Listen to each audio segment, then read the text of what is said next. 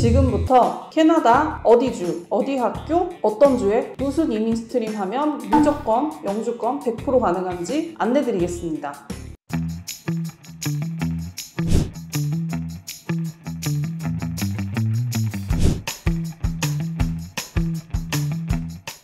안녕하세요. 엑스퍼트 유학이민의 소나 과장입니다. 올 초부터 캐나다 학생비자 발급수 제한, 배우자 오픈워크 퍼밋 발급 제한 등 진짜 이슈가 많았어요. 저희도 소식 듣고 터질 게 터졌구나 했었는데요. 많은 분들이 정부 발표 나기 전까지 걱정을 많이 하시고 배우자랑 같이 출국하려던 분들 기러기로 계획 변경하시고 그랬죠. 오늘 제가 캐나다 유학 후 이민 이 영상 한 편으로 정리해 드릴게요. 우선 유학 후 이민 영주권 지역 추천인데요. 지역은 내 계획과 비용, 그리고 자녀 나이 등 고려해서 상담 받으신 후에 알버타, 마니토바, 노바스코샤, 뉴브런즈윅 중에 선택하시면 좋습니다. 알버타는 캐나다 서부에 위치하고 있고요. 마니토바는 캐나다 중부, 노바스코샤주와 뉴브런즈윅주는 동부의 아틀란틱 캐나다에 속해 있습니다. 그럼 이 추천드린 지역에서 컬리지를 추천해 드리겠는데요. 알버타는 보우밸리, 마니토바는 레드리버 컬리지와 MITT, 노바스코샤주는 OICC, 뉴브런즈윅주는 MBCC 이렇게 추천드리고요. 그리고 추천 컬리지 졸업 후에 영주권, 주정부 영주권은 어떤 걸로 신청하면 되는지, 또 자격 요건은 어떻게 되는지 이제 잘 따라오세요. 알버타, 마니토바는 컬리지 졸업하신 후에 전공과 일치한 곳에 취직하셨다 하면 6개월 경력 쌓고 영주권 신청하시면 되고요. 전공과 일치하지 않은 곳에 취직했다 하면 1년 경력 쌓고 영주권을 신청하시면 됩니다. 단 마니토바는 졸업 후 취직과 동시에 영주권 신청할 수 있는 인디맨드 직종이 따로 있기도 합니다. 노바스코샤주는 OICC 컬리지 졸업 후에 바로 영주권 신청할 수 있습니다. 이게 가능한 이유는 졸업 전에 이미 다들 실습처에서 구직을 완료한 상태라서 바로 영주권 신청이 가능합니다. 뉴브런즈윅주는 MBCC 컬리지 졸업 후에 경력 1년 쌓고 영주권 신청할 수 있습니다. 영어 점수는 직군 따라 다르긴 한데 보통 CLB4에서 7까지로 다양합니다. 딱 핵심만 안내드렸는데요. 다음 영상에서는 추천 전공과 그 전공과 관련된 주정부 이민법 같이 안내드려 보겠습니다. 그리고 최근 유학 후 이민 동향에 대한 팩트체크 딱 3가지만 하고 제가 오늘 영상 마무리하려고 하는데요. 첫 번째, 캐나다 학생비자 어려워졌다? 일단 이 정책을 하는 것에 대해 배경을 이해해야 되는데요. 많이들 카더라 통신만 믿고 유학원 말은 다 믿으면 안 된다 등등 불신으로 아무리 설명을 드려도 안 믿으려고 하는 분들이 좀 계시는데요. 오늘 이 영상 보고 단번에 이해되실 거예요. 일단 전 세계적으로 한국인은 학생비자 승인율이 굉장히 높은 국가예요. 어쩌다가 인터넷 보시면 학생비자 거절됐다라는 글이 있는데 우리는 10명 중에 한두 명 거절한다 하면 인도, 이란, 방글라데시, 그리고 필리핀 같은 몇몇 국가들은 10명 중 5명 이상 거절될 확률이 높습니다. 그래서 한국인은 사실 이번 정책에서 오히려 유리해요. 피해를 보는 건 저 국가들, 그리고 또 그 외 비자 승인율이 낮은 국가들의 국제학생들이 타격이 큰 거예요. 한국 학생들은 대부분 2, 3년제 또는 4년제 대학교 이상 학력이시고 재정적으로 타국가 대비 괜찮아요. 이번 정책으로 오히려 우리는 유리하다고 생각의 전환을 하시면 좋을 것 같습니다.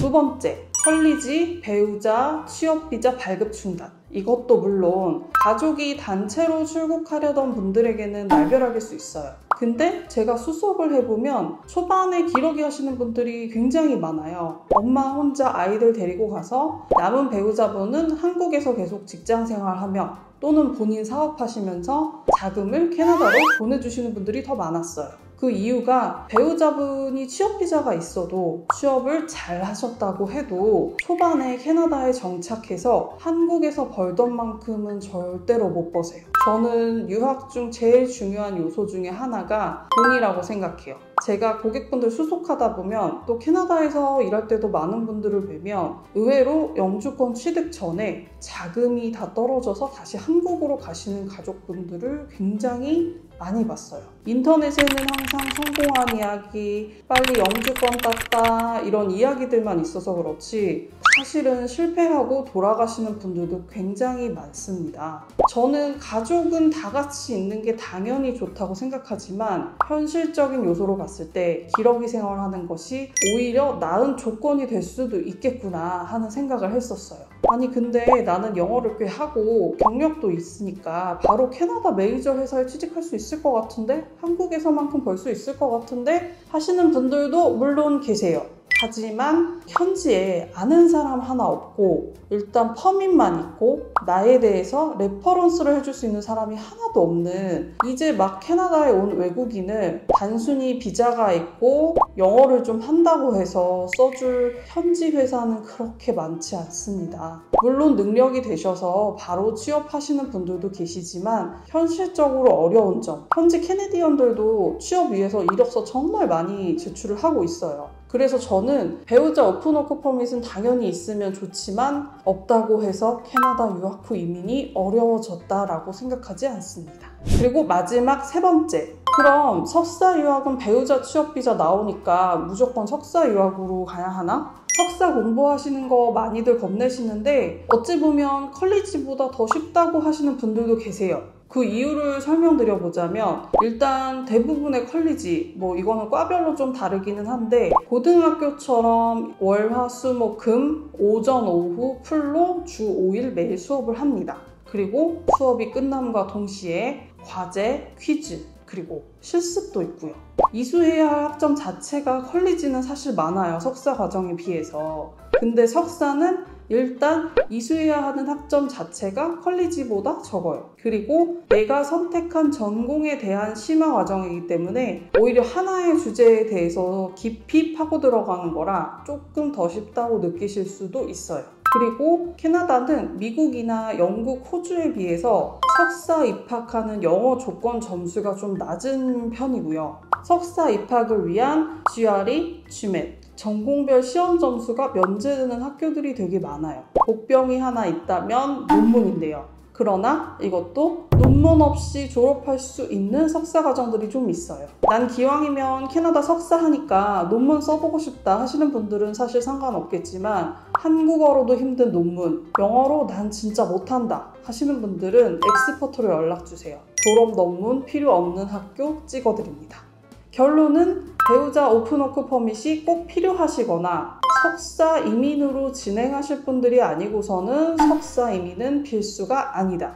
오늘 전반적으로 유학 후 이민 전략에 대해서 안내드려봤는데요. 엑스퍼트에서 8월 3일, 4일 총 주말 이틀간 코엑스에서 유학 박람회를 합니다. 오셔서 학교 담당자도 만나보시고 저와 대화도 직접 나눠보시고 다양한 사전 예약 이벤트 참가하시면 좋겠습니다. 그럼 구독, 좋아요, 그리고 알림 설정해주시면 더욱 알차고 솔직한 캐나다 정보로 찾아오겠습니다. 감사합니다.